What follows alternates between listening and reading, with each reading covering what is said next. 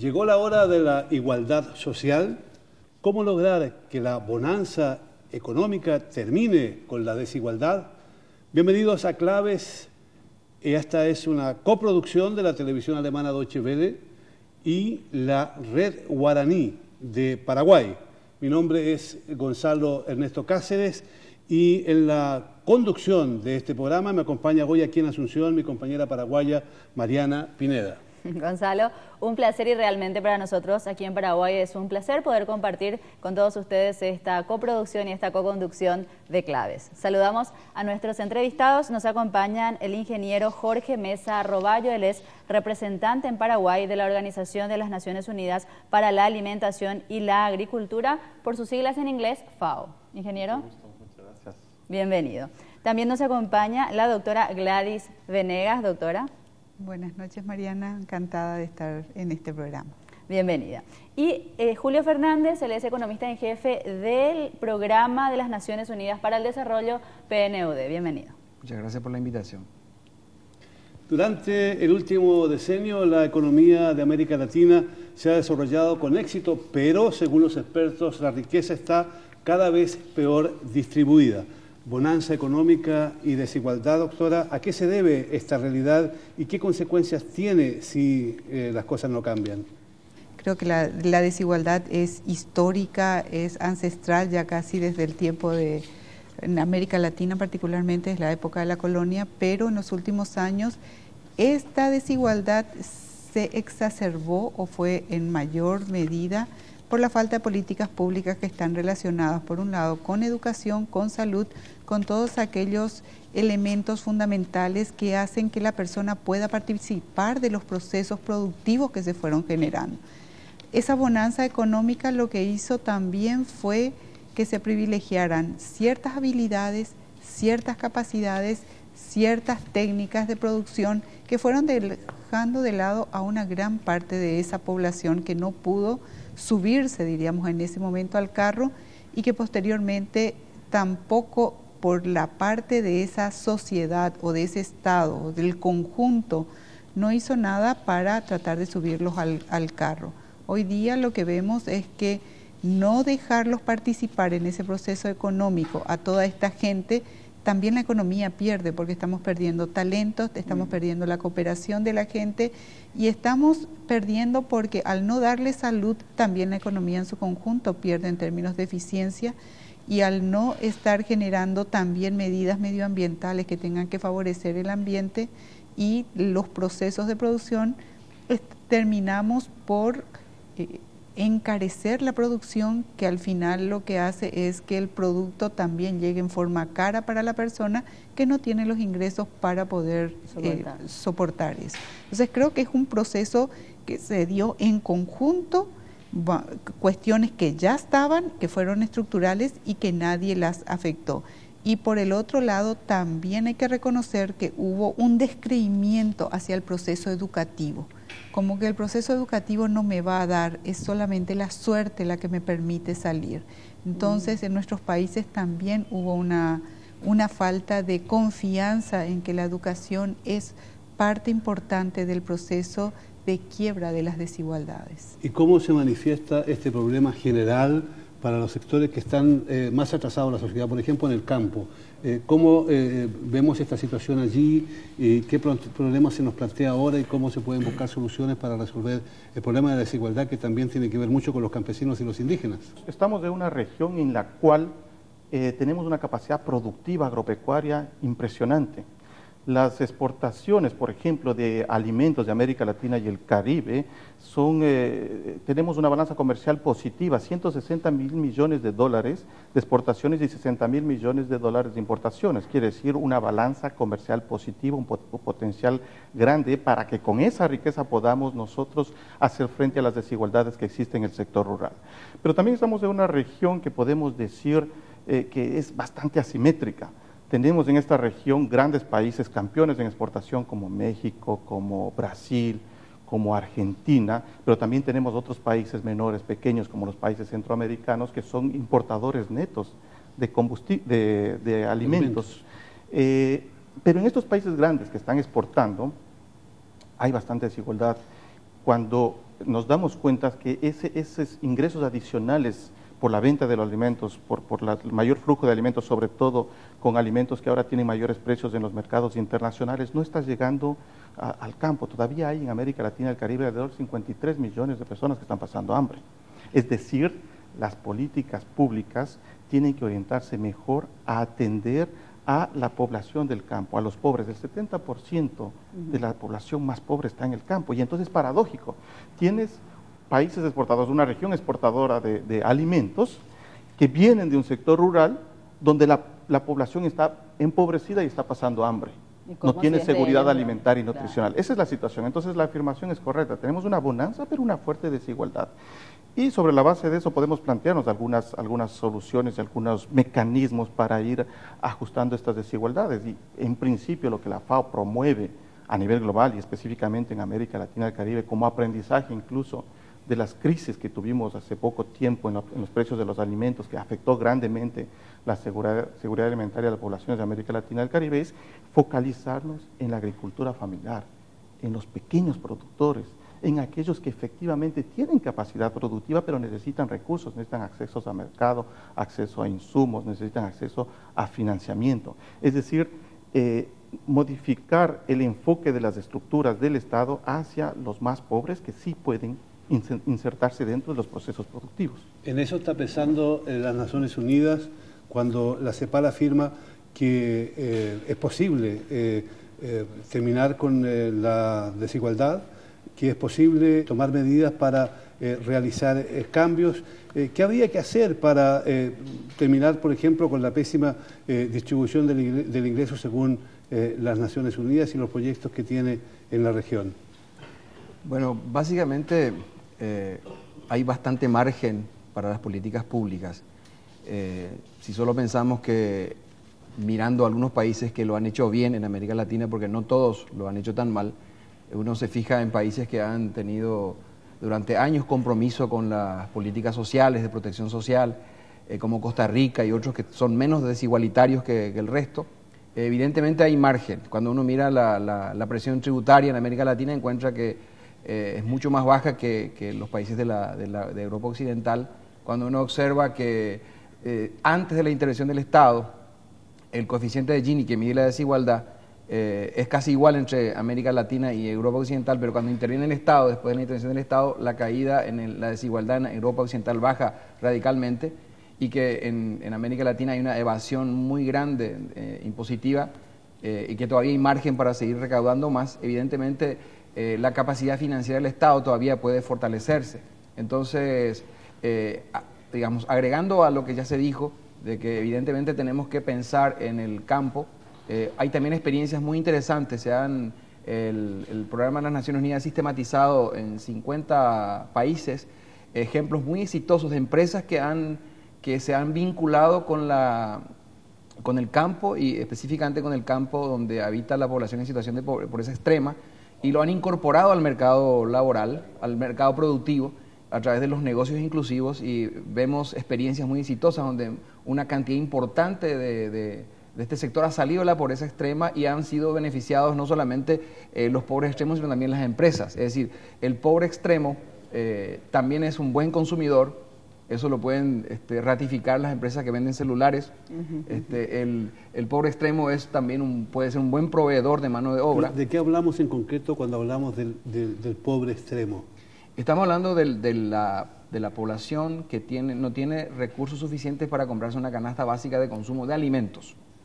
Entonces, y justamente es la población más vulnerable. Y tomando en consideración lo que ya se mencionó también, ya en América Latina, esa bonanza que se veía venir en esta última parte de esta década, de pronto se ve, todos los progresos se ven cercenados por una disparada en los precios de los alimentos. Entonces, América Latina tuvo ganadores y perdedores. Ganadores fueron aquellos exportadores que en general son pequeños productos, o sea, son en número pequeños, digamos, son pequeñas familias o grupos familiares muy pequeños que tienen una gran cantidad de activos y son los que exportan en gran escala. Y los perdedores son aquellos pobres extremos cuyo ingreso destinan en un 70% a la compra de alimentos, con una disparada de los precios que pensemos solamente 2006, 2007, 2005, 2006. En esos años, solamente en esta zona del Cono Sur creció 40% el precio de los alimentos. Entonces, si bien las exportaciones han sido radicalmente altas y ha traído bonanza a un sector importante, los perdedores han sido justamente los pobres extremos. Mencionando justamente, conectando un poco ya lo que todos ustedes decían, hasta ahora en América Latina de algún modo se han privilegiado las políticas macroeconómicas cuando hablamos del crecimiento y del desarrollo. ¿Será que se puede también fomentar al mismo tiempo, favorecer la inclusión de aquellos sectores, por ejemplo los que mencionaba en el caso de la FAO, aquellos pequeños campesinos, y conectarlos e incluirlos finalmente al crecimiento económico? Exactamente, esa es la propuesta, o sea, aprovechar la bonanza que ahora tienen los países para hacer cambios estructurales fuertes, de tal manera que los beneficios que se obtienen de esa bonanza puedan ser enfocadas hacia los pequeños productores, hacia aquellos que están pasando hambre actualmente o que no tienen acceso también a los servicios esenciales básicos. Encadenar los sistemas productivos de tal manera que los pobres también tengan espacio de producir y también tengan espacio de comercializar, que ellos puedan ser objeto de beneficios en relación a las políticas públicas. La asistencia técnica del Estado también tiene que llegar a ellos. Por ejemplo, el financiamiento. El financiamiento no puede quedarse solamente en los que tienen dinero para tener una garantía efectiva, tiene que ir también para aquellos que no tienen la garantía efectiva, y el Estado tiene que llegar a establecer esos sistemas en los cuales pueda apoyar con financiamiento a los pobres que no tienen una garantía, pero que también tienen voluntad de trabajar y de desarrollarse. La desigualdad conspira contra el desarrollo y también contra la seguridad. ¿Es posible crecer más y mejor, igualar para crecer y crecer para igualar, como afirma la secretaria general de la CEPAL? Creo que es el gran desafío. Tomémoslo como un desafío, que es un desafío crecer y es un desafío generar esa igualdad. Y ese desafío lo veo mucho en el tema de que macroeconómicamente estamos, casi la mayoría de las economías latinoamericanas, en buen estado. Si no tenemos problemas macroeconómicos, no podemos hablar de esta situación de problemas estructurales de que tiene el Estado, como está sucediendo en Europa en este momento. Pero lo que no funciona en América Latina es todo el sector microeconómico. Es decir, todas esas redes que deben funcionar para que las empresas, esos pequeños empresarios se relacionen entre sí, crear ese clima de confianza de que haciendo una relación, ya sea con mi vecino o con el que está más allá, realmente es productivo. Entonces yo creo que parte de ese proceso también de no hacer negocios, de no iniciar otras cosas, es por mucha desconfianza. Y no tenemos las instituciones del Estado que tengan que garantizar que ese proceso de formalización de la economía también sea positivo, sea más rápido, sea más incluyente. Porque aquel que tiene acceso hoy a Internet, que tiene acceso a celular, puede ya está más adelante. Y aquel que no tiene, y aquel que todavía no está integrado a eso que hoy podemos decir ya tecnología básica, porque celular es tecnología básica, pero todavía no está incorporado eso al proceso. Entonces yo creo que ese ambiente de clima de negocios, de la facilidad de hacer negocios, especialmente si estamos mirando en sectores rurales, cómo va a funcionar esa empresa para que le podamos dar el crédito, para ir generando esa asociatividad que se requiere dentro del conjunto, porque si vemos también en la mayoría de los países donde están los sectores que más avanzaron, están en los sectores cooperativizados. Sí. Y donde no hay cooperativización, donde no hay asociatividad, donde no hay una puesta en conjuntos, donde normalmente vemos también los mayores niveles de desigualdad. Entonces creo que debemos partir por ese ambiente microeconómico, de fomentar también la productividad, de que lo que hagan, lo hagan con una mayor eficiencia. Hablemos de la creación del empleo. Esta parecería ser, la creación de empleo digno, empleo con derechos, pareciera ser la base para un crecimiento sostenible, un crecimiento con igualdad. El empleo ha crecido en algunos sectores, pero aparentemente aún esto no es suficiente. ¿Cómo puede encararse la política de la creación de empleos? Bueno, básicamente uno puede pensar en dos áreas a priori. En primer lugar, la gente que ya salió, digamos, de la formación estudiantil, que está, digamos, incorporada ya en el mercado laboral, pero con baja productividad. Ahí el Estado debiera trabajar mucho en el tema de fomentar la capacitación para mejorar la empleabilidad, porque realmente el problema más grave es la empleabilidad.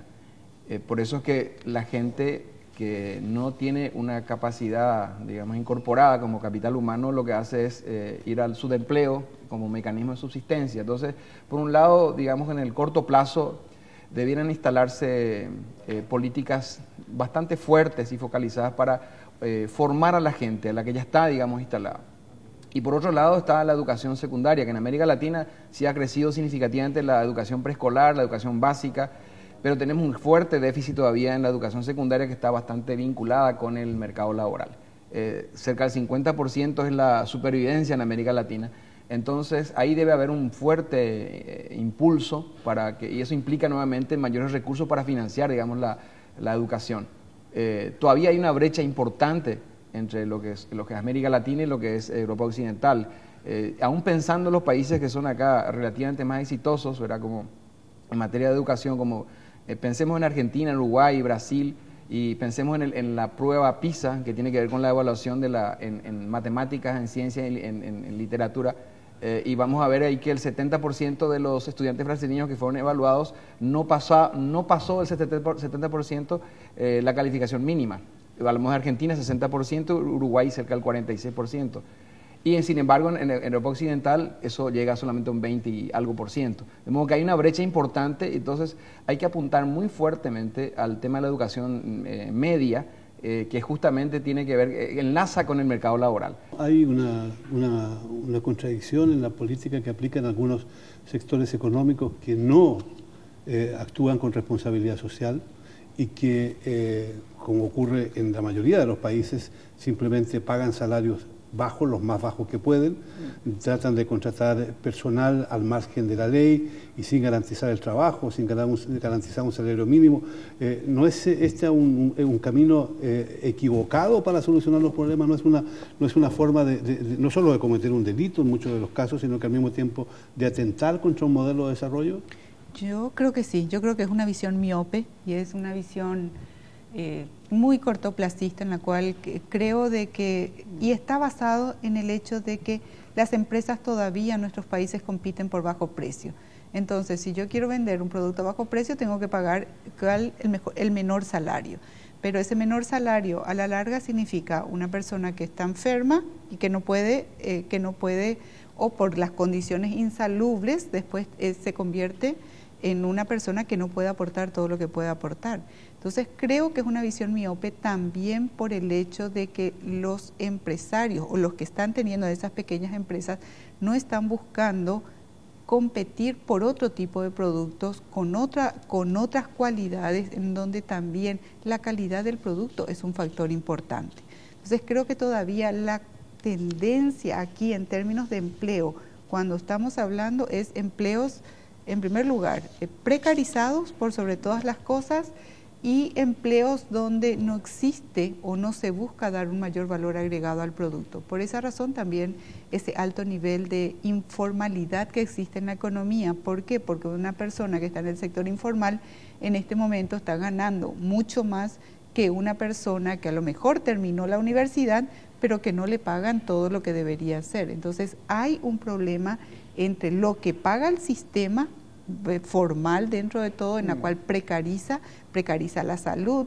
precariza el salario, precariza la salud, precariza el medio ambiente, precariza todo, en una palabra. Y por el otro lado, un sector informal, donde para salirme de esto, para no tener que aguantarme al jefe, para no tener que estar aquí, me voy a un sector informal que, si bien me da hoy para alimentarme, no me genera un rendimiento a largo plazo.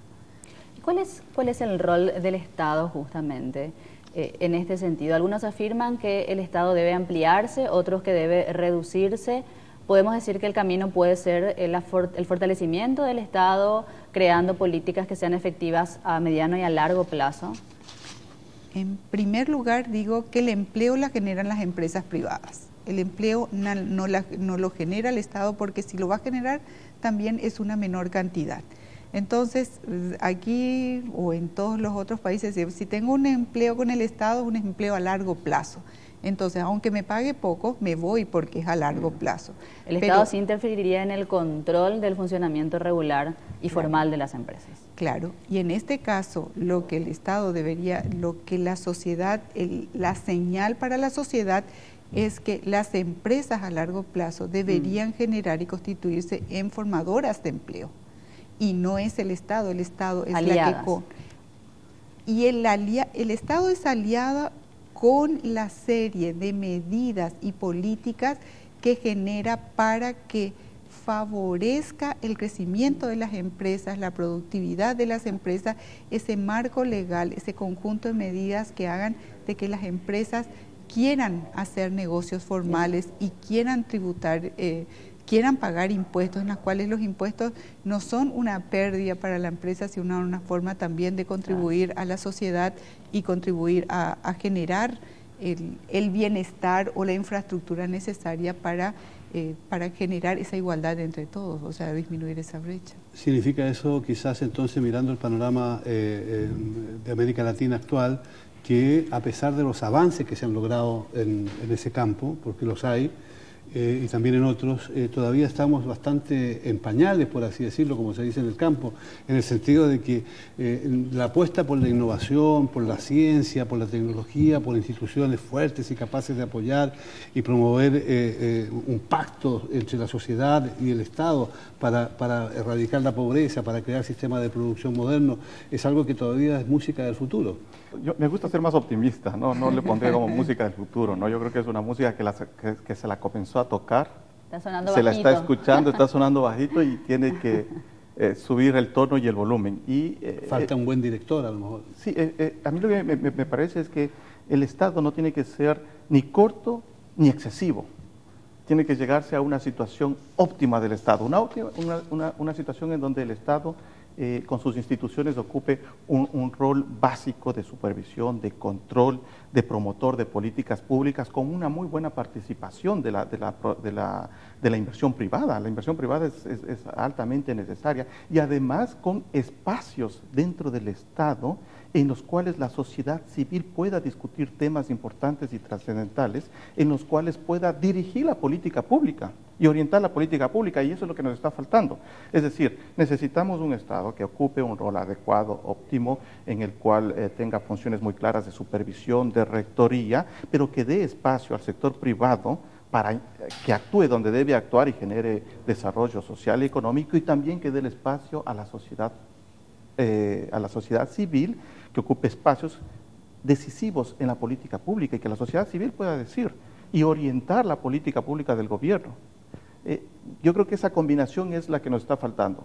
Estado, sector privado y sociedad civil en un trípode que pueda sostener un Estado mejor preparado.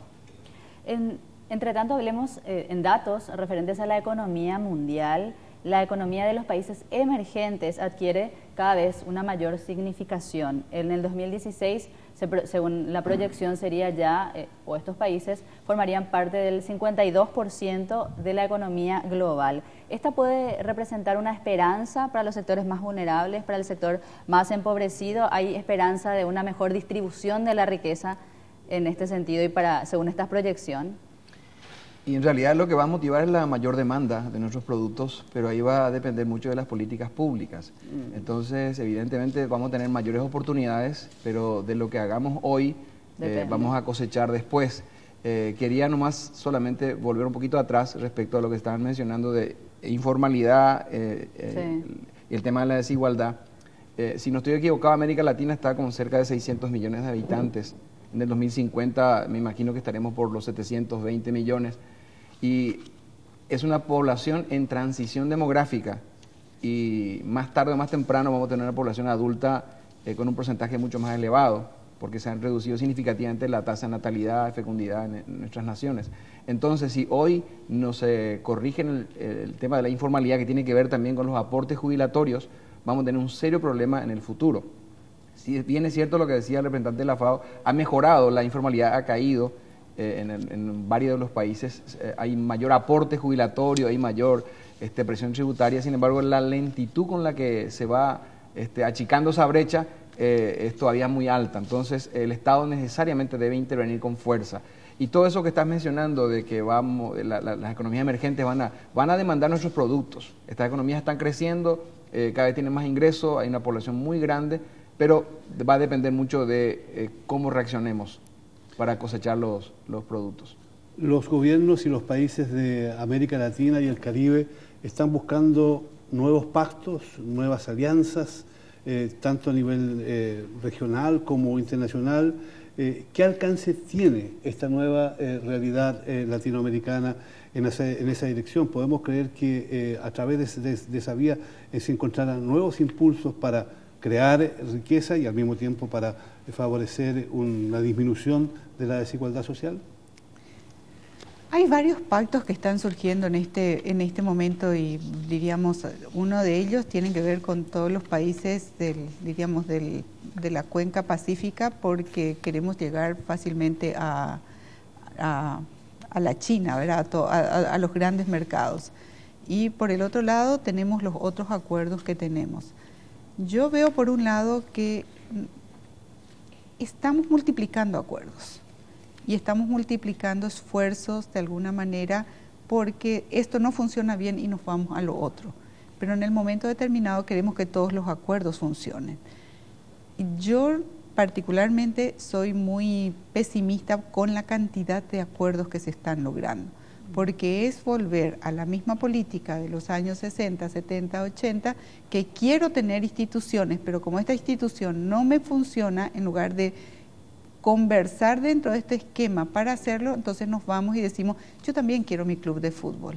Entonces lo que vamos haciendo son varios clubes que en ciertos casos tienen los mismos jugadores, pero que no pueden jugar todos los campeonatos. Entonces esa es mi impresión con respecto a los tantos acuerdos que existen hoy en día, que en el fondo buscan lo mismo y todos queremos aumentar, pero en la cantidad de esfuerzos humanos o recursos humanos que se requieren para mantener eso es un peso muy pesado para aquellos países que tienen escasos recursos calificados y que tienen que participar en todos esos acuerdos. Pero en todo caso esos acuerdos, esas alianzas estratégicas de mercado, de flujos de inversiones, de flujos de capitales y de productos, en principio lo que nos ha ayudado en cierta manera y en cierta medida, no totalmente, a llegar a lo que es el tema del programa, tener una bonanza en América Latina y el Caribe, que ahora se ha demostrado que no es suficiente, eso sí.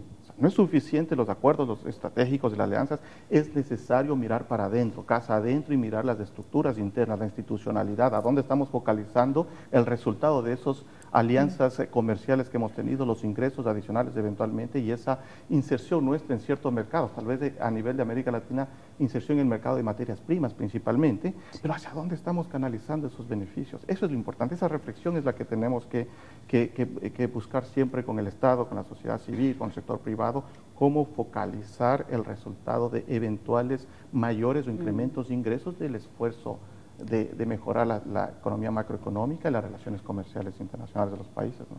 Y él mencionaba hace rato el economista en jefe de PNUD, justamente ese crecimiento en el precio de los alimentos. ¿Puede representar este crecimiento en el precio de los alimentos un riesgo para la seguridad alimentaria, justamente, que es materia específica de la FAO, desde la FAO en materia de agricultura, de alimentación? ¿Esto puede representar un riesgo? ¿A qué se debe esto y cómo se puede trabajar para evitar que esto suceda?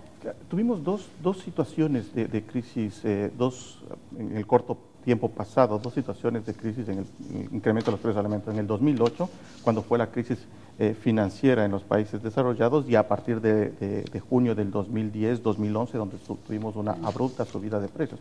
En el 2008 estaba más que nada la subida de precios vinculada con la expectativa de que no había suficientes recursos financieros para sostener la producción en el sector agropecuario. Entonces había una especulación grande de que no iba a haber recursos de inversión para sostener la producción.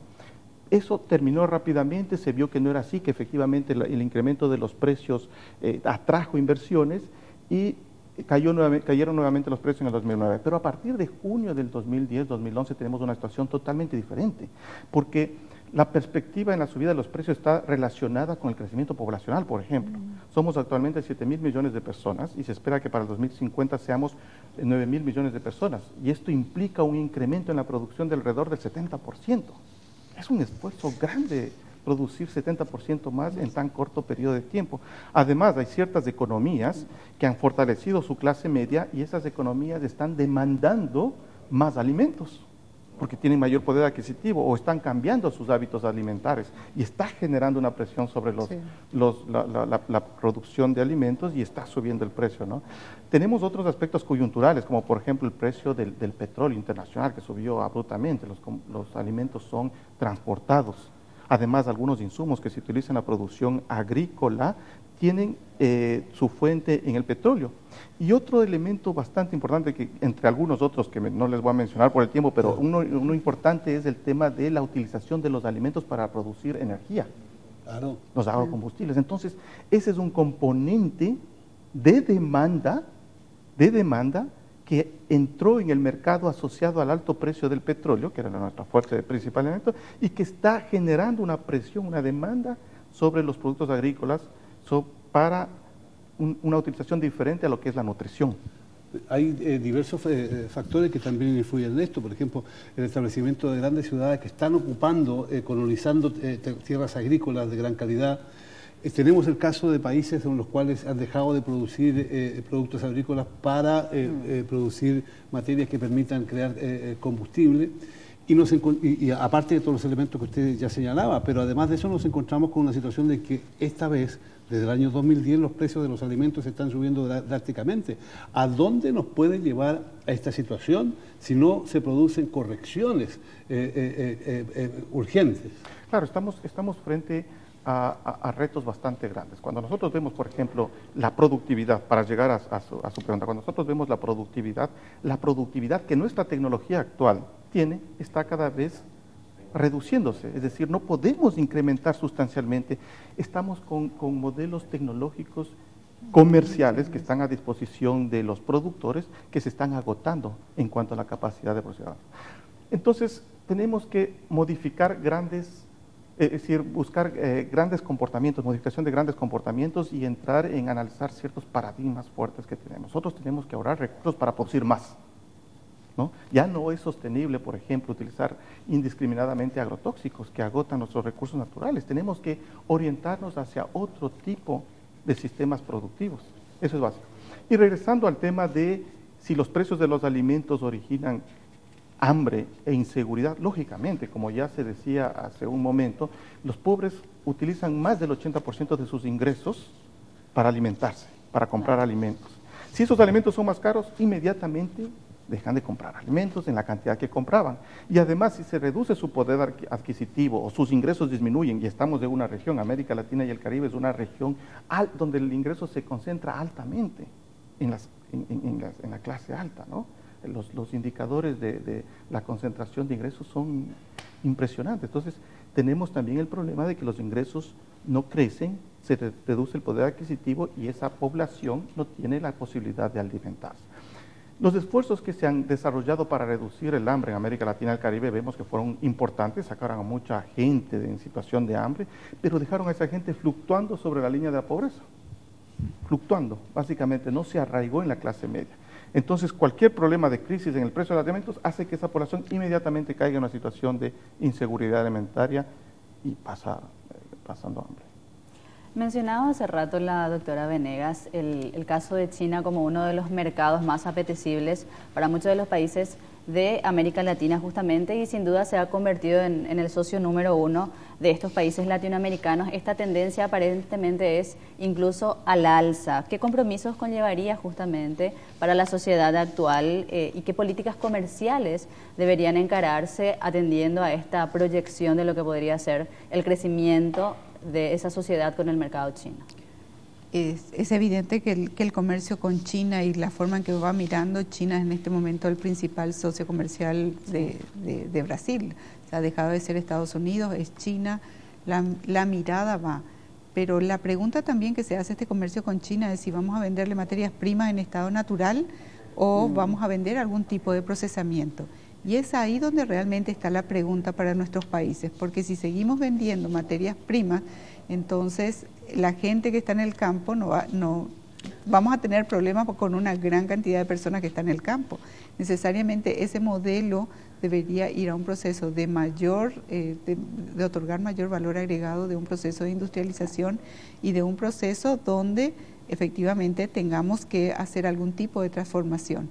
De lo contrario, el comercio será muy desigual y la diferencia, estaríamos prácticamente con un modelo comercial de inicio de los años 60, donde ciertos países compran son vendedores de materias primas y otros son y vendedores de productos manufacturados, con los cuales los términos de intercambio se deterioran fuertemente. Yo creo que el desafío aquí en todas nuestras economías en Latinoamérica es colocar mucho de investigación y desarrollo, mucho de tecnología para lograr transformar ese proceso de lo que llamamos comoditización de nuestras economías y pasar a uno de mayor valor agregado. Por ejemplo, en el caso del Perú no solo se trata de los productos agrícolas y lo que afecta esta política, que por cierto también es uno de sus principales socios comerciales de Perú.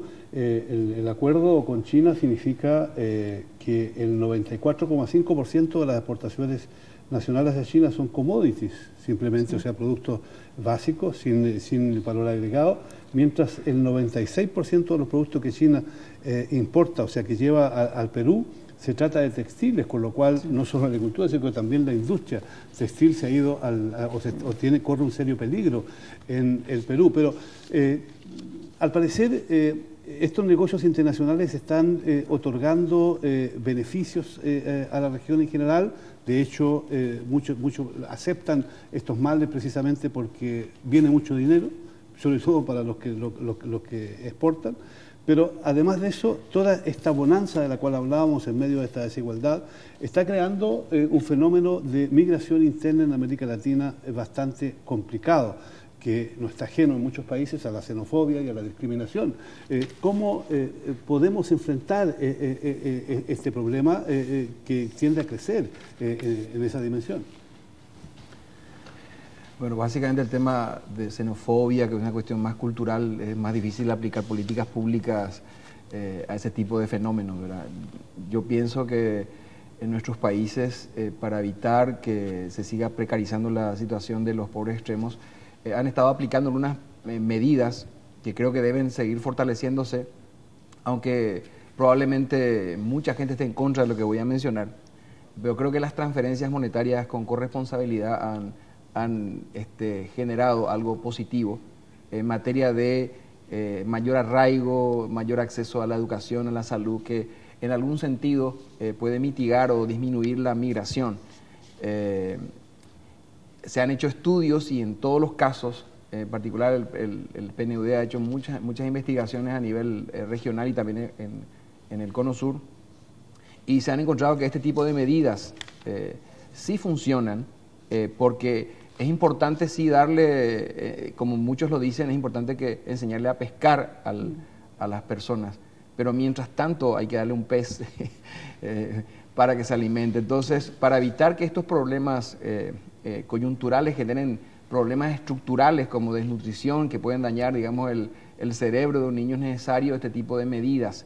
Entonces, creo, me cuesta responder a una pregunta de cómo atender el tema xenofóbico, cultural, porque ahí las políticas públicas, digamos, son de mucho más largo plazo, pero sí medidas económicas como este tipo de transferencias que se han hecho en toda casi la región y que están funcionando, a pesar de las muchas críticas.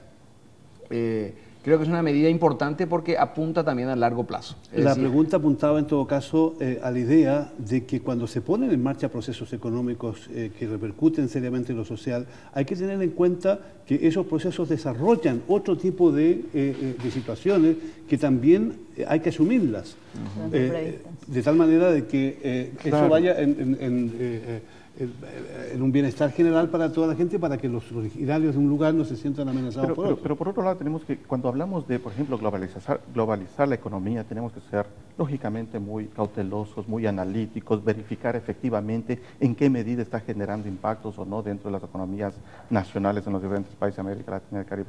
Pero a mí me parece que debemos globalizar la educación. Ese es un aspecto básico que nosotros en la América Latina y el Caribe no hemos podido salir. Tenemos universidades, sistemas educativos encerrados en sí mismos, ¿no? Que no han sido globalizados. Entonces, si no tenemos nosotros la costumbre en los colegios, en las universidades, de relacionarnos con personas de otros países, generamos este tipo de adversiones. Pero si nosotros nos instruimos junto con personas que son iguales, que tienen las mismas necesidades que nosotros, y con la diferencia de que son de otro país, si aprendemos a conocernos, si aprendemos a trabajar en conjunto, si vemos que en conjunto y pensando igual podemos construir cosas mayores, yo creo que hay una opción. En sentido, nuevamente, ser un poco optimista en el sentido de que sí se puede combatir ese tipo de cosas a través de educación, de apertura, de una globalización en sí de la educación en América Latina y Caribe. Desde la CEPAL sostienen justamente que llegó la hora de que la igualdad se instale y de que esa globalización camine justamente a acortar las brechas que existen en la desigualdad. ¿Será que los gobiernos están escuchando esta recomendación en este momento?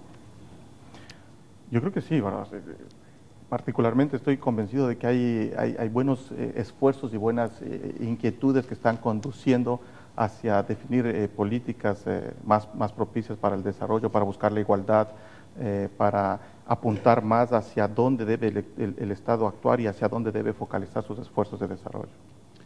Tenemos una realidad difícil, pero se nos dice que es posible enfrentarla y es posible conseguir soluciones para los problemas que tenemos.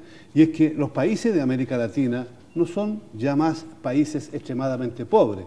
El problema está en la desigualdad y ese es uno de los problemas que hay que superar, esa es una de las dificultades que hay que enfrentar. Pero las reformas que se requieren para hacer cambios tienen financiamiento regional. Esperemos que estas reformas se concreten en algún momento. Gracias por acompañarnos, gracias por estar con nosotros.